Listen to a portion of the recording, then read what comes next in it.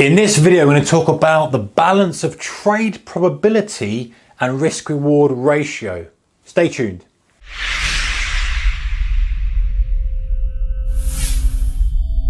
Hey traders, a very warm welcome to you. Okay, so the balance of trade probability and risk-reward ratio. What do I mean by that?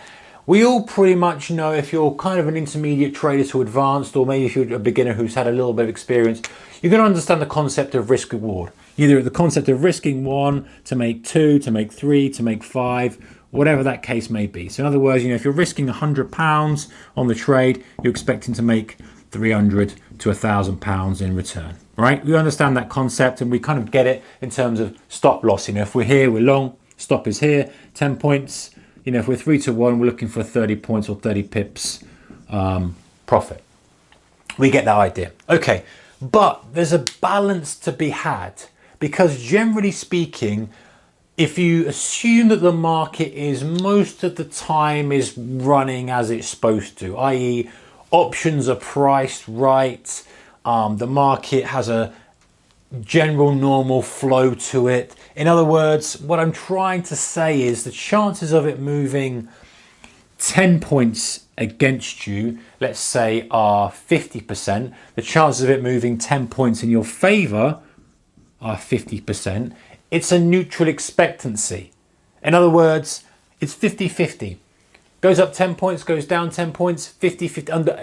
If I was to pick any kind of, just randomly pick a point, and then we'll get to a point, we'll get to the topic in a second about how we increase this, but if we were to randomly go into the market now and pick a point, the chance of going up 10 points is equal to the chance of going down 10 points. And that's how options are priced, that's how they price binaries, and it works out because it just does over time with enough occurrence that happens. However, now if we kind of say, okay, we want a 2 to 1 risk reward ratio, let's change that to 20 pips. The chances of it going there are now half the chances of it going down 10 points. It may well go up 10, but it may come back and hit us. And that's the point of it. The chances of success with that trade are equal to the risk reward ratio, just like in a casino. If you go into a casino, I don't know what the odds are, but if you stick chips on a number, the payout is going to be equal to the probability of that happening. I won in whatever it is, 36 on the wheel. I don't know what the payouts are, but you get the idea. And that's really what's happening in the market. Your risk reward, if you've got a 10-point stop loss and a 100-point target, it's 10 times more likely to hit your stop loss than it is your target. So it's a neutral expectancy. So over time, it's going to be exactly the same thing. And unfortunately, you're paying spread. So actually, you've got a little bit of a negative edge on that. Okay, so that's risk reward ratio and that's trade probability. So that sounds like really bad news, right? It does and it doesn't. It is and it isn't, should I say. The point I want to make here is that there are times when we can find a trade that has a high probability of success and the risk reward ratio doesn't represent that. What do I mean? Let me draw this out and let me try and explain what I mean here. So if we assume we've got a market here and it's downtrending, and we know that we've seen this over time, or we've seen this and we've back tested this, or we've traded this strategy and it's working well. And let me show you one that I like to trade, actually do like to trade.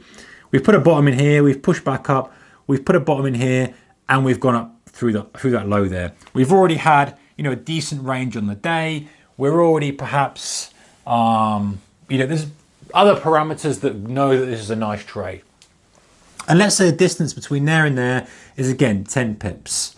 Okay, if we're trading currencies, and our stop is going to be 10 pips. Okay, the chances of it going 10 pips in our favor, and let's get rid of that little thing here, another 10 pips in our favor.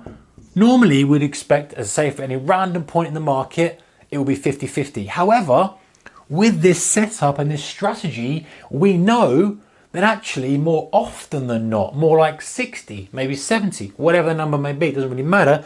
It's more likely when we see this pattern before, i.e. this pullback to lows, break through, fake out and come back up, that it's gonna pop 10 pips more often than it will fall down 10 pips. That is opportunity as a trader, because the expectancy of that trade might be 60%. I might be exaggerating there, might be less, might be more, whatever. Point is, numbers that matter, but the payout is still 10 pips and 10 pips risk. So can you see you're getting much better odds? You're getting a 10% premium in that example. Rather than it being 50-50, it stacks in your favor. Now, you can then swing it round and say, okay, well, actually, I'm going to have a 20 pip target, and I know that that happens 50% of the time because I've seen it and I know this pattern beforehand works very, very well for me. I've got 20 pip, I've got 2-to-1 risk reward ratio, but my chance of success is 50%. That's fine. I'll do that all day, every day. I'll repeat that all day, every day, because even if I lose, I know the next one, if I win, I get money back, and more. You can see it's like tossing a coin 50-50, but getting paid twice as much as you lose each time. You'll play that all day, every day, as long as possible. Obviously, the risk management comes into play here. You can't just go in crazy, because you could get 10 losses in a row and lose out. This is why we talk about expectancy in terms of you've got to do it continually. You have to play small enough that you can ride out the losers, but you know that over time, if I take this trade enough times, I'm going to make money. Now, then what happens when you come to a trade where you kind of start to get 70 pips and 50%? Extreme, but you get the point of what I'm saying. Is you're trying. That's why we talk about setups, we talk about strategies, we talk about chart patterns and stuff. What we're trying to do is we're trying to find a pattern that if that happens before we get to the trade, the probability of that trade moving in our favor is increased. And so we can skew this kind of trade probability versus risk reward ratio game that we're playing in our favor, and so that over time, if we continually take that trade, we're going to make money. So if we look at it on the other side of the scale as well, on the other side of the coin, there's no pun intended, I've been talking about coins, but you get the point. If we talked about the trade probability, now let's say we flip it and say, okay, your risk reward ratio is 10-to-1. Normally that would have a 10% chance of success, right? That would be a normal kind of efficient market. I don't like using that terminology, but you get the idea. If you're betting on a casino 10-to-1, it's probably going to happen 1 every 10 times. So neutral expectancy, of course, they've got a little bit of an edge in there or whatever. But now let's say you get 10-to-1 and you get a 50-50, all of a sudden that becomes pretty good kind of outcome, right? But it becomes a pretty good proposition. Again, you take that time and time again. And that could be, another example would be, okay, let's say DAX does this quite a lot. It comes down, let me get a red pen because this is when we get hammered. It comes down, we've got a kind of really multi-day low here. We've been pushing down heavily. It pauses here and rolls over again. Now, if we assume it's got 50-50 chance of going through that level or not, right? We've got a 50-50 shot of it happening. However, we know from experience that when the DAX breaks these lows under the right conditions, it just spits through because there's no bids there.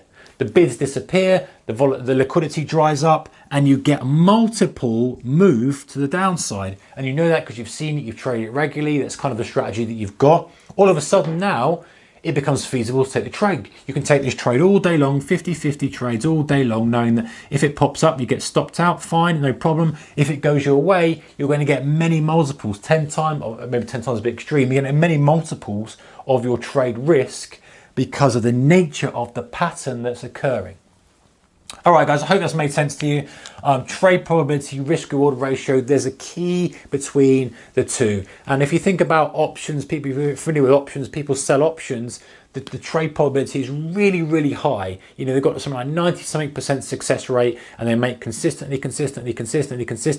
but every so often they get hit. And so it's a neutral expectancy for them, because even though they're making money, every so often they have a big hit. We tend to flip it round when we're kind of trading, looking for moves in the markets. In top traditional trading on the underlying, we want to kind of lose, make a lot of money, lose, make a lot of money. So, but it's the same thing. So our job as a trader is to increase the trade probability, and we do that with our setups and kind of working out where our niches and stacking those layers of edge that I've talked about. Go and check out another video if you haven't seen that one. And the risk reward ratio too. So whilst we may just go 1-to-1 risk reward ratio, the probability of that would be very high. It would still be a good trade for us. Or we have a higher risk reward ratio like 10-to-1, the probability is low, but still when you wrap them up together, it's a good trading possibility. Anyway, guys, I hope you enjoyed the video. Thumbs up if you did. Don't forget to subscribe if you haven't already. And if you want to be notified, there's a notification bell probably here you can press, and that will tell you when there's a new video put out by this channel, which is me and other traders. Take care. Bye-bye.